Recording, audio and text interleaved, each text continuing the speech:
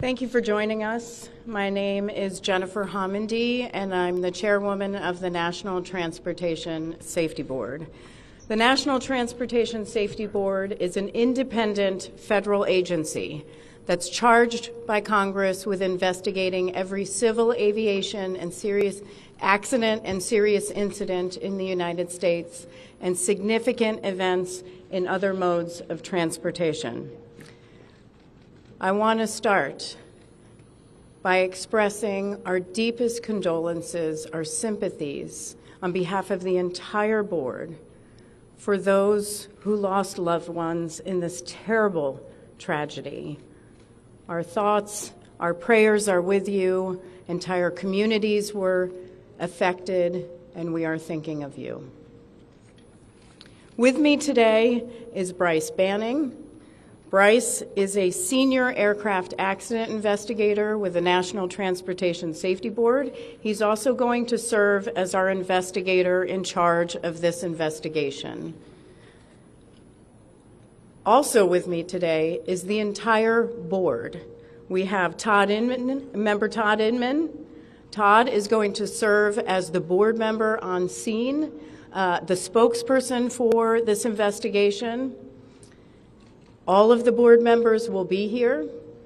We have Vice Chairman Alvin Brown, member Mike Graham, who lived in Wichita for 20 years, and we also have member Tom Chapman.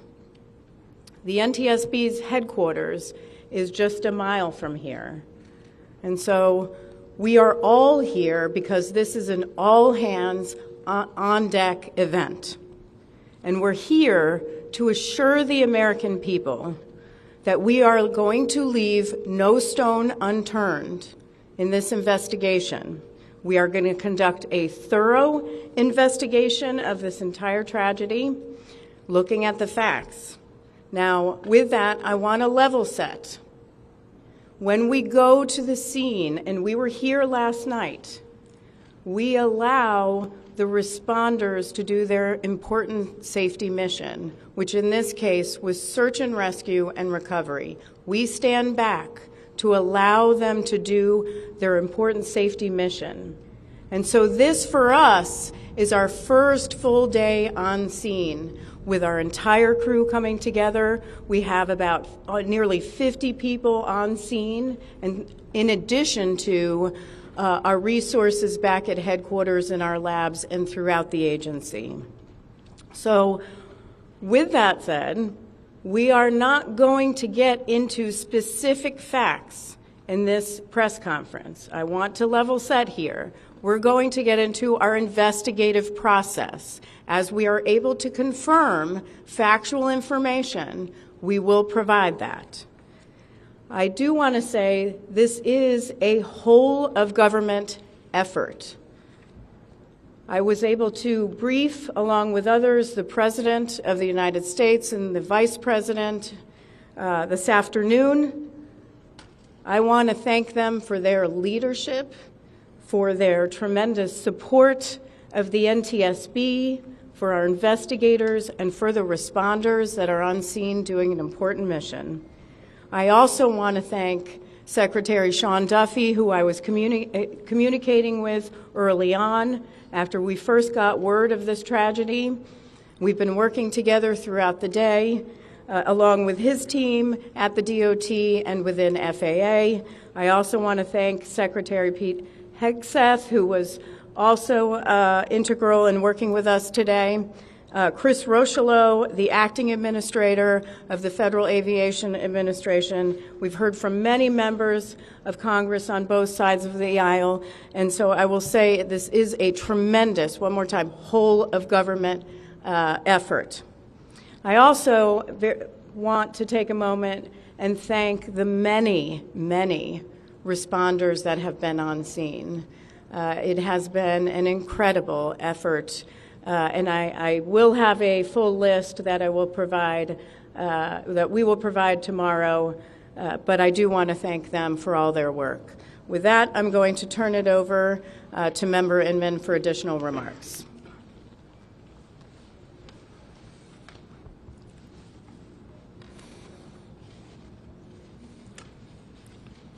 So today is our first full day on scene. Our investigative team will be on scene as long as it takes in order to obtain all of the perishable evidence and all of the fact-finding that is needed to bring us to a conclusion of probable cause. Our mission is to understand not just what happened, but why it happened, and to recommend changes to prevent it from happening again. Since we're just beginning our investigation, we don't have a great deal of information to share right now. We will keep you informed by giving regular updates as we learn more. Our intention is to have a preliminary report within 30 days, and the final report will be issued once we've completed all of our fact-finding and investigation. Now, we will not be determining the probable cause of the accident while we are here on scene, nor will we speculate about what may have caused this accident. Today, we will be going and having an organizational meeting and establishing our parties to our investigation. We currently have the following parties that are already identified: PSA Airlines, GE Aerospace, Sikorsky, FAA, NACTA, which represents the air traffic controllers, ALPA, which represents the pilots, Army, AFA, which represents the flight attendants.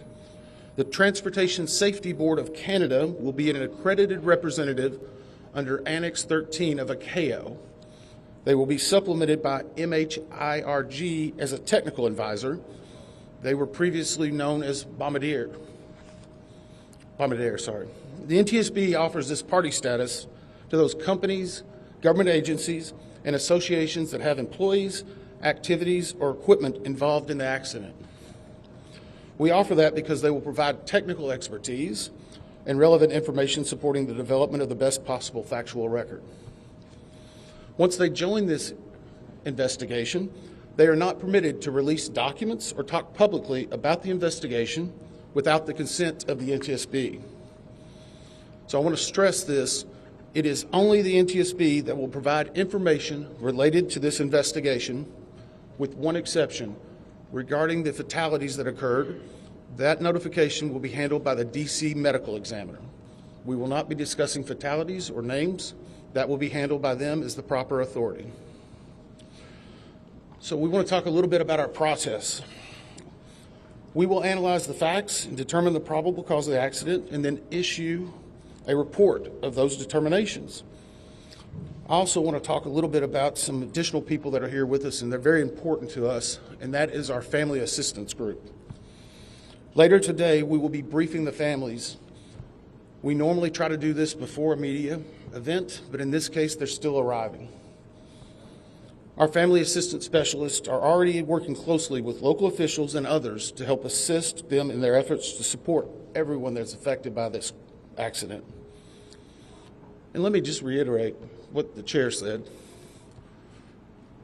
A loss of life in an aviation accident is very unusual in the United States, and our heartfelt sorrow goes out to everyone that's affected. It affects us, it affects everyone around us.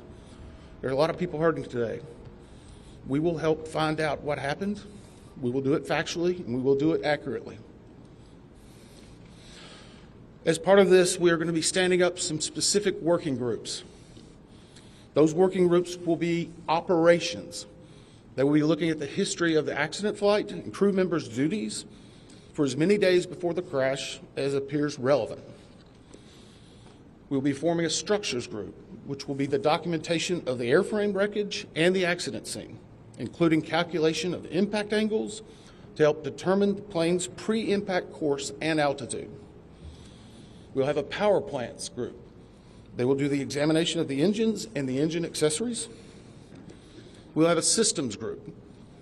They will study the components of the plane's hydraulic, electrical, pneumatic, and associated systems, together with the instruments and elements of the flight control system.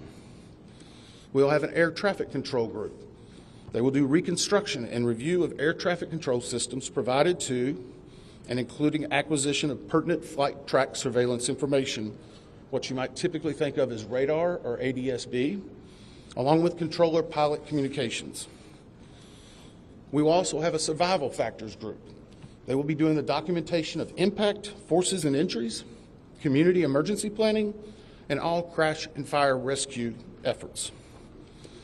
Also, due to the unique nature of this crash, we will be having a helicopter group as well. Lastly, we will have a human performance group, and this will not be its own group. It will actually be a part of the operations, air traffic control, and helicopter groups.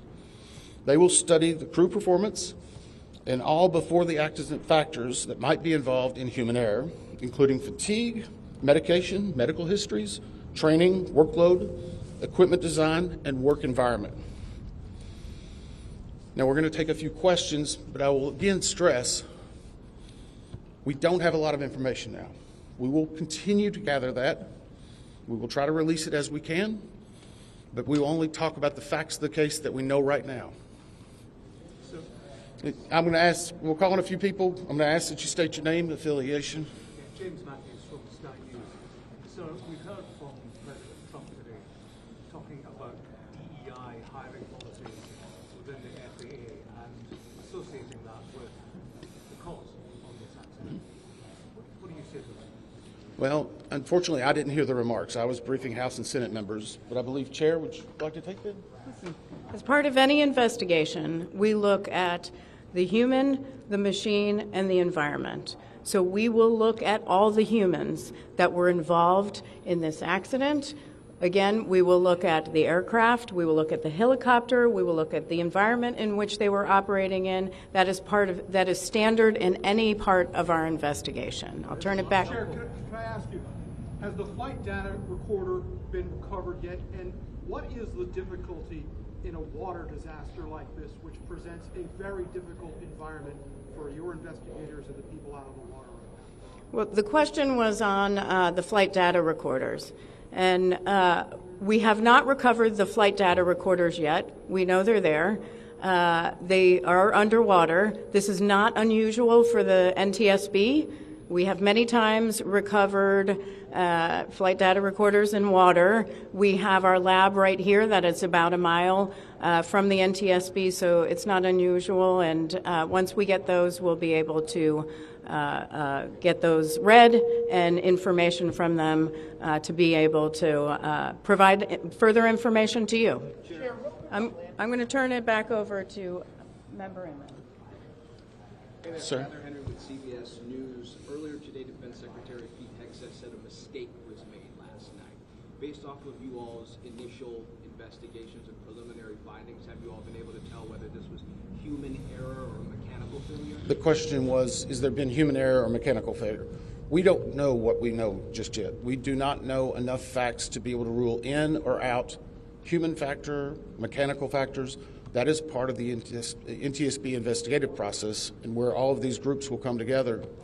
It's one of the reasons why the NTSB is known as the gold standard. We will take the time that's necessary, but I'd also like to reiterate, if we find something that is a significant issue that warrants immediate action, we will not hesitate to make those recommendations and make them public.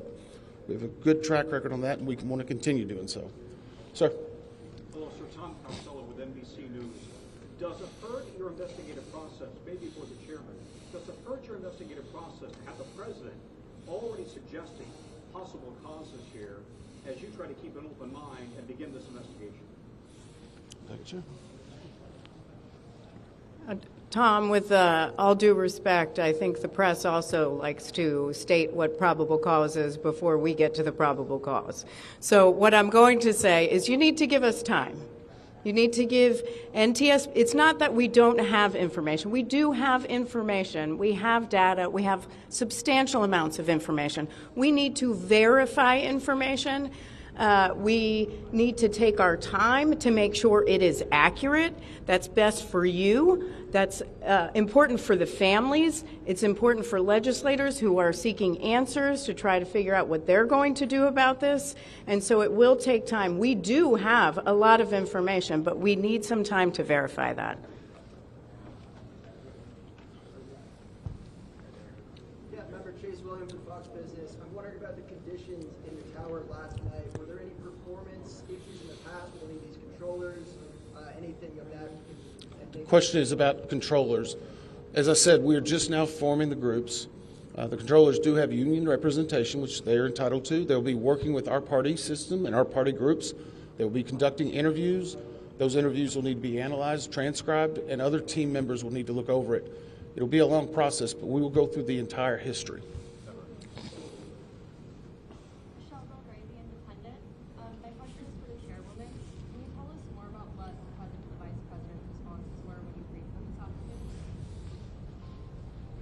Sure. So the question was about my briefing for the president and the vice president. As is standard, we offer briefings on our process and what we know, and this was a briefing with the president and vice president and with Secretary Duffy and Secretary Hegseth and also the acting administrator of the FAA. There was discussion on what we know so far and our process, and that was about it. Madam Chairwoman, Stephanie Ramos with ABC News. Similar to Tom Costello's question, the President has stated what may have caused the crash, stating common sense. Does that affect your progress at all at this early stage? Yeah, so the NTSB, we conduct an important safety mission where we take a very careful approach. I'm sorry, the question was on speculating during investigations, which is we often hear about. What I will say is we look at facts on our investigation, and that will take some time. And at some point, we'll be able to provide that factual information, as Member Inman said, and provide that hopefully tomorrow. Hang on a second. Dave. Have you been able to retrieve the black boxes from the helicopter? Has the military decided whether they're going to read those to the NTSB? And what about the ATC tapes? So the question was about black boxes, which are referred to as black boxes, which are typically orange. We have not recovered any of the boxes involved yet. We feel comfortable and confident that we will be able to. Right now, recovery of life is probably the most important in those that were involved. I mean, there are still ongoing recovery efforts involving the fatalities involved, along with some debris is coming out as well. We will make sure that that perishable evidence is maintained. We have a great process for that. We will probably have more than one black box, so to speak. It's our understanding that the Sikorsky helicopter is equipped with some form of recording devices, and those will be read either by the DoD or by us. We have a good starting relationship with them, and we've already made agreements in order to be able to do that. So I feel comfortable in what we're going to be doing. The other question was about air traffic control. We received a very large package of information from the FAA at about 3 a.m., I believe, this morning. That is still being reviewed and analyzed. I would say there's a lot more information that usually comes in that than what you may find online and people might speculate about. And that is part of that overall process where we take the time to get the information correct and to make sure all the parties are engaged and involved and can fact check that information. One. Keith Cohen from CNN. Can you tell me if the NTSB has reviewed this FAA internal report that has been cited by the New York Times indicating that the controller that was on duty at the time of the crash was doing a job that's usually done by two people? We have not reviewed any specific reports about the controllers at this time, at least from the leadership team. Our investigators are continuing to pull all that information, their personnel records, their files, where they were at, whether they were fatigued. All that information will be part of that investigative process. But right now, we can't speculate on anything that may have been reported in the media until we get the opportunity to validate and understand how it impacts the investigation. We're going to take just a few more questions. Sir? Yes, Orange Hannah and Beaver Magazine. What's the process and the logistics like of bringing the families in? Are they coming into the airport? And how are you going to sort of treat the sensitivity of bringing them to the place where this tragedy happened? So the question is about the families. And many of those families are still en route. Some are still being notified from both the military and from the commercial crash. There is a family assistance facility that's being stood up by American and PSA Airlines in Bethesda, Maryland. They've already been working on that, standing it up. Our team from our disaster assistance team has also been coordinating with them. We plan on briefing them. It is customary that at some point, if the families wish to go to part of the accident site, that we would arrange such a thing, but it will only be when we know that it's safe, we have the correct perishable evidence, and we can do it in the proper modesty that should be for those family members. It will be a little bit of a process, but it will take some time. Sir, to follow up on the air traffic control system. No. Sir, or you? I know that Marielle Carville with DC News now. We've heard from some witnesses that they saw people were able to come down the slides of the plane. Has there been any indication that people made it off the plane into the water? Well, again, we will not speak to the fatalities. The D.C. medical examiner will, but I think the D.C. fire chief this morning very succinctly said correctly that we believe there are no survivors. But were they off the plane? Like, did they even get out of the plane? Last question. So, hang on one second. Right now, we're going through the debris fields. Nothing we've seen would indicate that maybe slides or chutes were deployed. It was a very quick, rapid impact, but we've seen nothing in that regard so far from the evidence we had, but we still need to verify all of that information. One more question? For example, they have right here. Sure. Are you going to be looking at the family member's cell phone? Go ahead. Jeff Cook, ABC News. What do you know about the altitude of the helicopter at the moment of impact? And can you talk about the procedure for such helicopters in that area? The question was about the helicopter procedures. And in D.C., it's kind of a unique environment. We've been getting briefed more and more by the FAA. I'm not an air traffic control specialist, but they're actually helicopter zones, if you will, or tracks. And this one was transiting, I believe, from track 1 to 4 as part of their normal procedure. If you live in D.C., you see a lot of helicopters going down into this area. So there's a very well-defined system in that regard. As far as altitude, until we get the additional information, we can't validate or basically corroborate any of that until we get more of the electronic data and the data that's on the plane. I do want to clarify one question that also came about cell phones. You know, in today's age and time, a lot of electronics and other devices do contain a lot of different information. We've found on a number of our accidents that we actually are notified through a smartphone that may sense that. As part of our process, we will obviously treat all of the effects of the deceased with dignity.